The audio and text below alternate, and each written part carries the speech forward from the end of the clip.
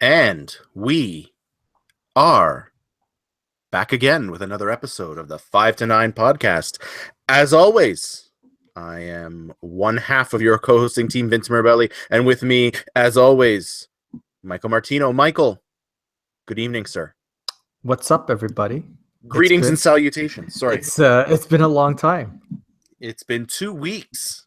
Oh, It's been 2 weeks. Killer. What? Everybody must be going. Everybody. Yes, everybody's going. Where are they? Our 3 listeners are like, I hope they're all right. Yes. So we are okay. We have not been diligent about the podcast. No. Other things have come up, which is a good conversation to have about being busy and how to navigate 9 to 5, 5 to 9, family life. Mm-hmm. Maybe watching a show once in a while. Yeah, I've given up all shows.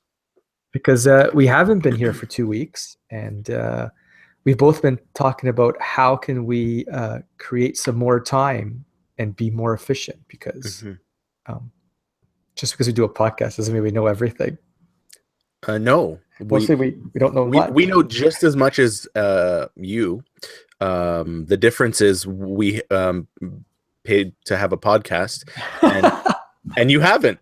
And that's it. That's the only difference. But we are sharing our journey. And the reality is, and you make a good point there, Mike, we all have the same 24 hours. We all have the same amount of time. And yet it seems like some people get a lot more done and way more productive than others.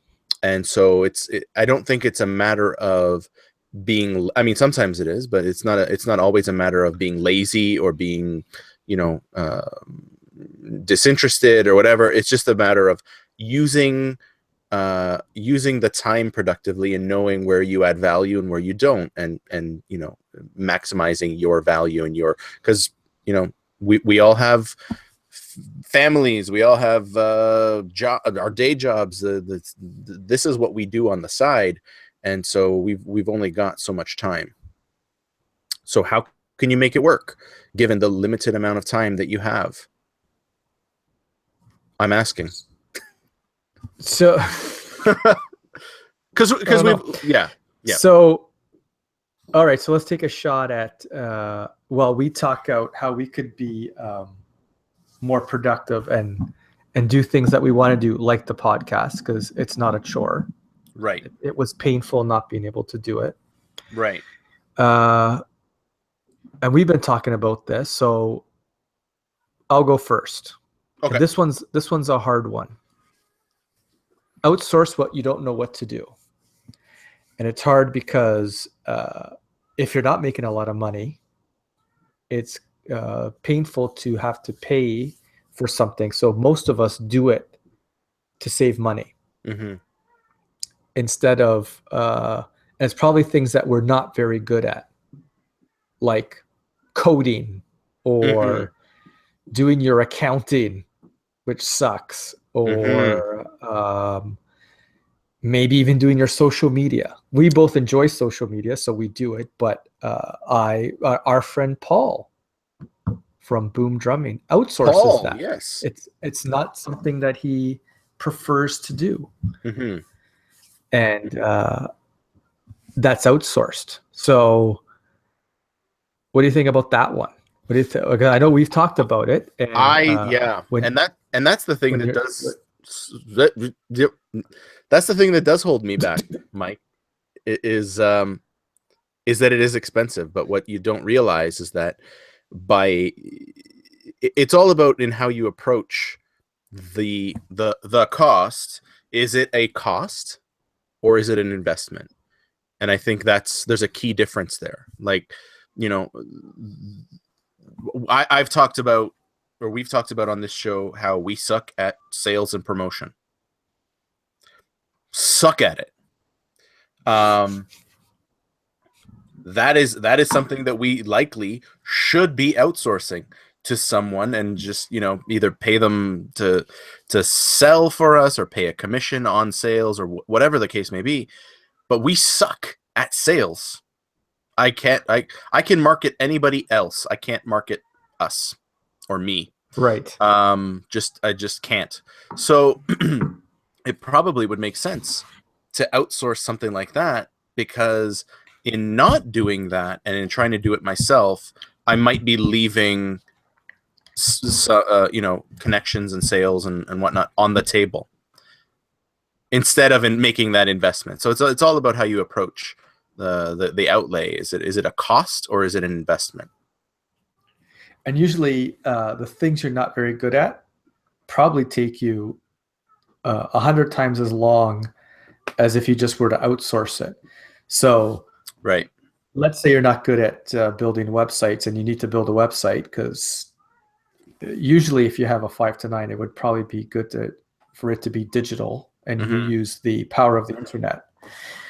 So if you really suck at it, you could probably just throw money at it and outsource it. Or if you spend all that time, then you're not doing things like podcasting or biz dev, trying to find customers, or writing your blog, which brings customers into you, or actually delivering the service that you need to deliver to your customers because you're busy doing something you're not very good at.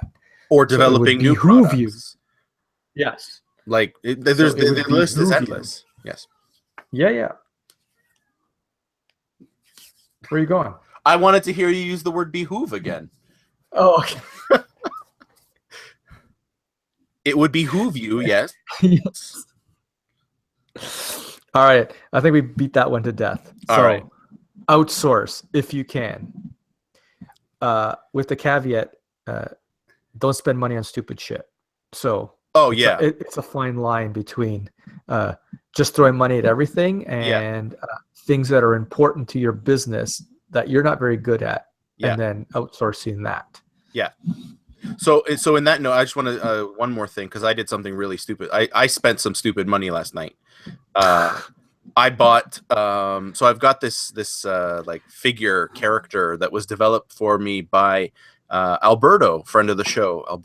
Friend of the show. Our Spanish correspondent. Yes. And he developed this character for me named Pip, which I use when I go out and do my workshops. And I go and teach. So I was on this. I was like, I need to get like a mini figure of Pip that I take with me. I'm going to integrate into my social media. Sort of like, I got my little Batman here. See my Batman, but I don't want to take Batman because that's a proprietary. I want to use Batman. So, anyways, I end up on this site last night. Oh, now Batman can't stand up. I end up in this site last night of Lego figures, custom Lego figures. And so I bought the pieces, components to make up a Lego Pip. And it was like, I got a couple pairs of pants, a couple shirts, a couple faces. But it was like, it was $40 on Lego. That was a stupid thing. But I'm hoping to use that in my social media, and it's going to be my avatar. Right. And hopefully it'll pay for itself, and I'll get that return back. But if it doesn't, pretty stupid. But hey, it's been a long time since I've spent on anything stupid. So you're taking a chance. I'm taking a chance. Yeah. I'm looking at it as an investment, and if it works, great. If it doesn't, well, I got a $40 lesson. I spend more on coffee in a week, like. That's true. So whatever. We do. All right. So the second one. You ready? Get the low-hanging fruit. Get the low-hanging fruit. What does that mean? Yes, because everybody says that. Yeah. Do the things that you can do quickly. Can you write, Mike? Are you a good writer? I'm a pretty good writer. You can catch me on Medium every once in a while. Mike's on Medium. How long does it take you to write an article on Medium? Probably all said and done. The whole process is probably like 45 minutes. Yeah. So that's a 45-minute investment of time, because again, let's talk about investment. It's an investment of time to create a piece of content that will live on in perpetuity. Right.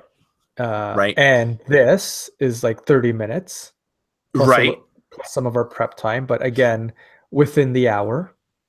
Right. And so you are able to create these things quickly, as opposed to writing a book. That's not low-hanging fruit. And spoiler alert, it's coming. So what was, remember, we're both reading Tim Ferriss's book. Tools of Titans. And there was the dude that said he's built his career just on doing like 80% of the work. Tim Ferriss. Was it Tim? That was Tim Ferriss in the guy from Silicon Valley who said he doesn't worry about it being perfect. He does a whole chunk of work as a project, doesn't worry about the final 20 to make it the best ever. Right. But he just grabs those things that he can do really quickly and then moves on to another project and does the things he can do really quickly. I think as a guy from Silicon Valley, worked at like Netscape or some shit. I thought it was Tim Ferriss, which was the premise of the 4-Hour Workweek, but essentially it's the same thing, right? Yes. It's focusing on the 80% that gives value. It's the Pareto principle, the 80% that gives value, and ignoring the superfluous 20%. Yes, I agree. Yeah. And to add some Gary Vee into that, grab the low-hanging fruit also means you're probably doing stuff to your strengths, as you're asking if I was a good writer, and how fast can you do that? So I could probably bang out something pretty quickly. I can bang out Instagram things pretty quickly, this podcast, but I'm not really good at spending hours and hours in writing, let's say, a book. So that takes more effort. Right. So like, and Gary's talked about this a lot. Everyone says, you got to work on your weakness. No.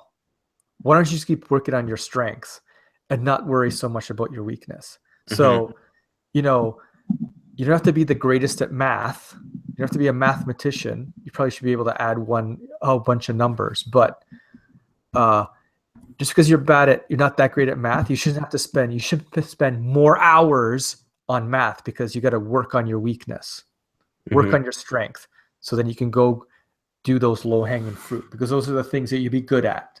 Yeah. And I think the phrase is go all in on your strengths. I think yeah. So go all in, figure out what you're good at and do that. And everything else, either don't do, or see point number 1 about outsourcing. Yeah. Like things like a website, you probably need a website. You probably need, it to do certain things and have e-commerce and whatever. Do you actually have to be the one to build that? No. And this is where I've struggled. But even the outsourcing, instead of doing it right from scratch, or getting a platform that you need to know a whole bunch of HTML, you can grab a platform like Weebly that already has these things. It's all drag and drop. So most of all the coding's outsourced, and you just drop your content in there. So you're still kind of doing it yourself, but a lot of the hard work's already done for you. Right. So that's another way to outsource. So you need to kind of be creative about that. Okay. Good one. So if you can't outsource, and you can't, or you don't want to outsource because you're cheap, like Mike Martino, and the thing you need to do is not grabbing the low-hanging fruit, but you still need to do it. Maybe you should get a partner that can do that. So maybe they're good at that, and that's their thing, and you guys can come together, like Vincent and Mike Martino, to create some velocity in your business. And you can bring together skill sets and different methodology, and maybe one person's better at one thing, one person's better at the other, so you can offset yourself. So I think number 3 is if you can't do the first 2, you need to go out and get someone you trust as a partner. Agreed. Like, let's say we were working on a book or something, and we both had the exact same skill set. What value does having 2 of us involved have? Right. So Right. we're both going to fight over what chapter we're going to write? Exactly. As opposed to, you have a distinct skill set, I have a distinct skill set. They work together. So now it's very clear, what you're going to work on, what I'm going to work on, and it's important. And the divvying up process was pretty easy. Oh yeah, like there was no conversation over, I think I'll take that chapter. There was like none. So if you can bring together diverse skill sets, yeah, there's really not a lot of arguments. So I think at this point we've danced around it. We're trying to write a book, folks, because there you go. So yeah, so we talked about an outline of what are the main topics we wanted to include, and then it was one email of these ones will be me, these ones will be you, and then there's a few that we could probably collaborate on, Right. or we'll divvy up later on depending on time. But it wasn't, it was very clear. This is your set, this is my set, and this is how they'll all piece together. Right. Right. Which was great because it makes things much easier. And I've been down that road of early on in my career doing side hustles. I always thought I needed a partner, and I would just partner with people that I thought would be good partners. And in the end, it usually it always didn't work out, because it turned out that our skill sets, the reason that we were, that we chose to work together was that we were good friends. And then it turned out that our skill set were identical. And so then it's difficult to figure out, okay, what are you going to do versus what am I going to do? There's the less clear division of labor. And so, things just end up not getting done. And there you go. But lesson learned. It's also hard to scale like that. Yeah. If you both have the same skill set and you're trying to do different things, it doesn't really work, because if you need that website and both of you are not good at websites, but you're both good at the same thing, it's pretty hard to scale that operation when you have the same skill set. So in that scenario, partnering doesn't really help you. Right. Exactly. Which I think takes us to our next one, Mike. So if you can't outsource, and you can't get the low-hanging fruit, and you can't find a partner, you just have to be very, very realistic with yourself and recognize that Rome wasn't built in a day absolutely applies here. I've seen a lot, especially now that we've been talking about writing some sort of business text. Write your book in 30 days. Like, I think Bob did that, didn't he? When we talked to Bob the BA. We're just dropping names all kinds right now. When Bob the BA was on, I think... Did he say he did it in 30 days? He said he did it in 30 days, and it was like one of those... He's a madman. You just got to sit down and write. Right. And you know what? Good for him. He produced a book, and if he did it in 30 days, there was a set period. And I think, but you see all these courses, write your book in 30 days, get published in 30 days. Like, you know what? I got too much going on. I can't do it in 30 days. I might not even be able to do it in 90 days. Right. Like our 90-day challenge. I don't know, but I know that if I set a goal of 90 days, that at least at the end of that period, I'll have something. I might not be done, but I'll have something. You just have to be realistic and manage your expectations, your partner's expectations, and just know that if you don't write your book in 30 days, it's not a complete failure. So I also, and in managing expectations, you have to be realistic, right? So Right. if you're working your 9 to 5 and you're super busy and you're trying to deliver products in your 5 to 9 and do a bunch of other things, if you say, I'm going to do it in 30 days, all that's going to do is create stress in all parts of your life. Mm-hmm. And you're not going to hit your goal. And you're going to think you're a loser because you didn't hit your goal. And it's just going to spiral. So you have to set an expectation that is actually realistic. So maybe in 30 days, you have 2 chapters done and there's a win and you feel good about yourself. And then the next 30 days is you have 2 more chapters. Mm-hmm. So you really need to realize all the things that you're doing and also go, what does 2 chapters look like? Right.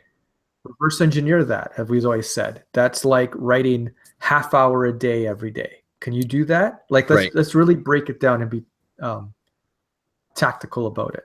Do you have half hour to give every day? Yes. Okay. So that doesn't mean you're going to write a 300-page book in 30 days. It means you're going to write like 2 chapters, let's say. Sure. And that's much more realistic and less stressful. Yeah. Yeah. Always break it down. It's one of the project management techniques of the work breakdown structure. Like, yes, you've got the ultimate product product and project that you want to deliver, but there's a lot of components that go into that. And so you break down the work into manageable chunks. And there's, thinking about how to do that, and that each chunk of work shouldn't be more than like 2 hours. Right. If it's more than 2 hours of work, it needs to be broken down further. Like, it's just, so it's taking that same approach and approaching this like it's a project, because it is, and just breaking down the work into manageable chunks, so that if you don't have a half hour a day, fine. Could you have 15 minutes a day? It's going to take you twice as long, but it's still going to get done. Right. And if you use the Pomodoro technique like we do, yes, shut everything off for like 25 minutes, and you'd be amazed at how much you'll get done. Yeah. In 25 minutes. You probably bang out that whole chapter in 25 minutes if you have everything ready. I had an article that I had a deadline this morning, actually, and had a whole month to get it, and waited till yesterday to start writing. And in an hour, I had a 1,000 word article. Right. Like, that is, 20% of a chapter, of a solid chapter. Right. In an hour. So at that pace, now I was also super motivated, because, I was, but if I kept up that pace, you're writing at about 1,000 words an hour, you'd be done. Like, the typical book is, between 50 and 100,000 words. You'd be done in 60 days. Yeah. 60 to 90, like, you're done. Yep. So, and maybe you don't have all that time, but you got something. So I know that we both try to give a little bit each day. And I've been very focused on actually outlining what I want to talk about in my chapters, because that's how I break down the work for me. Mm-hmm. So, okay, a chapter is about 5,000 words, let's say. I've got 10 things I want to talk about. Great. Each one has to be 500 words. Right. And then it'll balance out, right? Like, maybe one thing I'll write 1,000 words on and one will be 300. Well, I'm still ahead. So, right. But that's my way of breaking down the work into manageable chunks. And then it's just a matter later on of stitching everything together and making sure that it flows and makes sense. But I think for us right now, this first pass is going to be all about just producing content. And then, maybe we get an editor. Right. So, like a proper editor to look at this and provide feedback. Maybe our friend Aaron Rickson. Boom! Another name drop today. Does Aaron do that? Oh, we should totally get Aaron then. It does do that. I didn't know that Aaron did that. Okay. Aaron. Writer extraordinaire. By the way, if anyone's listening, aaronrickson.com for all of your copywriting needs. Aaron Rickson. Aaron is the best copywriter I've ever met. We need to have him on the show again. We do. We keep saying that. Aaron was awesome. Yes. Yeah. All right. So the last one. People are like, these guys are going to ramble on all night.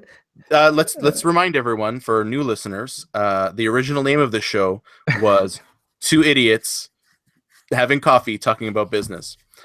We don't have coffee right now, but we're still two idiots talking about business. So 5 to 9 podcast just sounded better. Yeah, it's more professional. It is.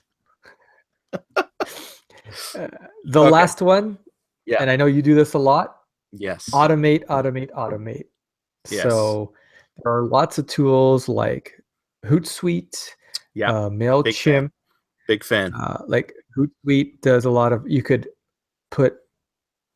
schedule tweets and Facebook posts. Mhm. And can you put Instagram on that yet? Yeah. So you could do all that. MailChimp for your newsletters. Mhm. That's all automated.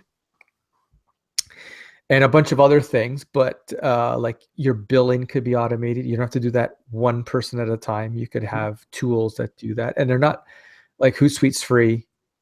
MailChimp is basically free. Up to it is free. There's 2,000. The free one's like 2,000 something or other. But automate. Yeah. Don't do things manually. It's a pain in the ass. And it takes a lot of time. So let technology's your friend. I'll just say that. Yeah. Use it. Yeah. Yeah.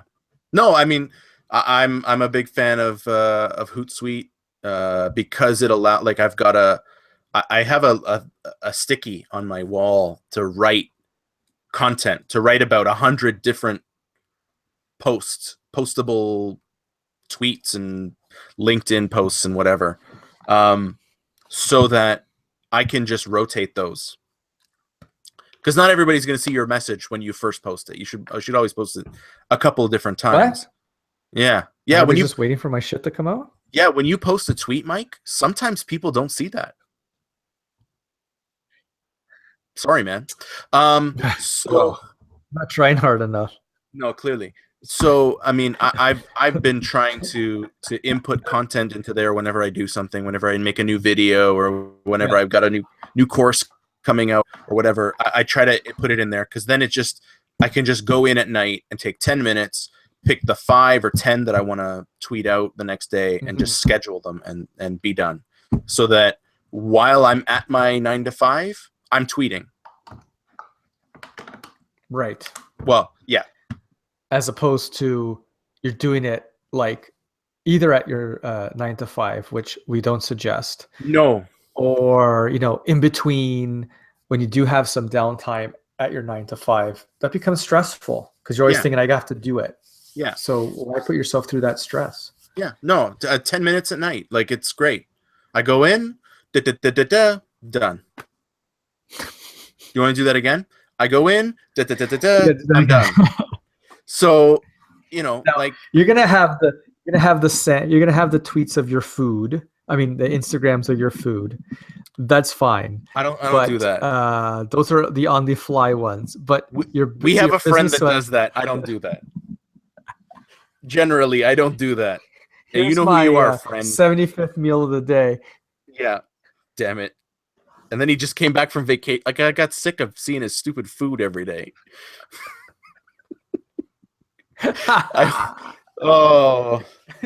Tech, if you're listening, we do like you. Yes. But enough with the food.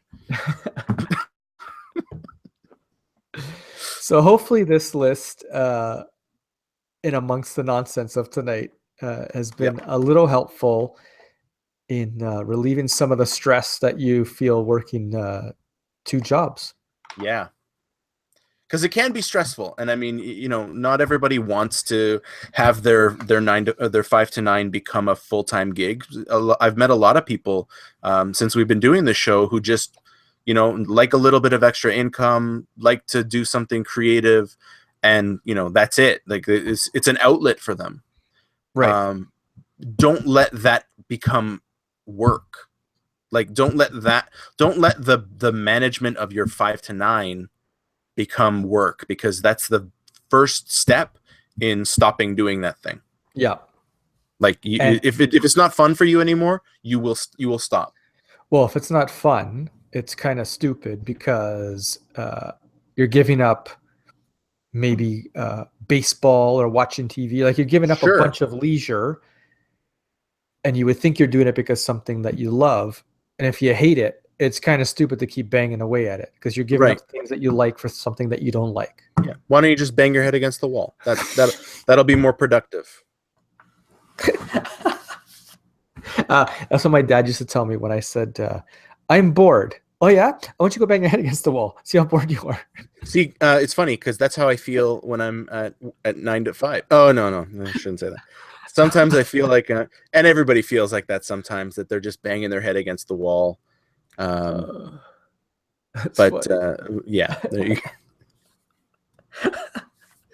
Don't bang your head. If you're banging your head against the wall for your 5 to 9, stop. Yeah, don't do it. Find something else. Yes. Anyways, I think we haven't been drinking tonight either. I'm drinking water, so this is just I think it's the end of a long day. Oh, funny stuff. Oh, tried the water bottle thing. No, didn't work. Okay, so Mike, what do you got going on, man? What's going on in Mike Martino land? Anything you wanna plug here? We have I'm on Medium, and yes. We have a interesting measurement, customer experience measurement tool called the Customer Experience Quality Index, the CXQI. Mm-hmm. You follow me on the Instagrams at Michael Martino 59 for the 5 to 9. Mm-hmm. You'll see that it's been posted a few times, and I've posted it on Twitter. If you need to look up, or you're in the market for customer experience measurement, please give that post a look. See if that would interest you.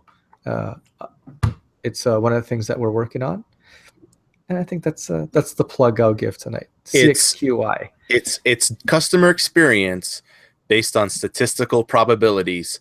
It's as exciting as it sounds, but it totally changed the way that we've approached customer experience metrics and management, because it's a very responsive tool based on statistical probabilities. So yeah, again, we collaborate, right? Like, no one's ever thought of doing this.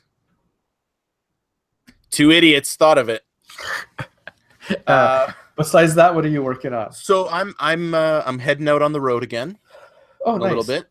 I'm leaving my newborn baby to go, and this is gonna throw some people. I'm going up north to Minnesota, because Minnesota is north of Toronto.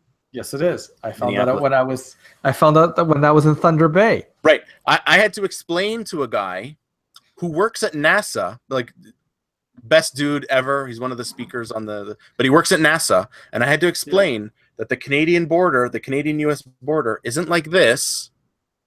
It's not. It's more like this. No, it's more like this. And so Toronto is south of Minnesota. So I'm going up to Minnesota in March for a workshop with the local PMI chapter, Project Management Institute chapter, on Lean Six Sigma for BAs and PMs, which nice. I'm reprising at the Toronto, Southern Ontario chapter in May. So getting a little bit of uptick in my area of expertise, which is the synergies between different project disciplines, in particular Lean and Six Sigma. So nice. I'm getting to do that, and then then there's the CXQI and the book, which should be exciting, a riveting read for anybody that's interested in what we're writing about. So it's more on that. I'm sure you'll hear more as it progresses. All right. I guess we'll get out of here. So Yeah. thanks for listening, everybody. Glad to be back. And we'll try and bang out another one closer than 2 weeks. Yeah. And folks, it's my fault. It's my fault. The kid is a pain in my ass.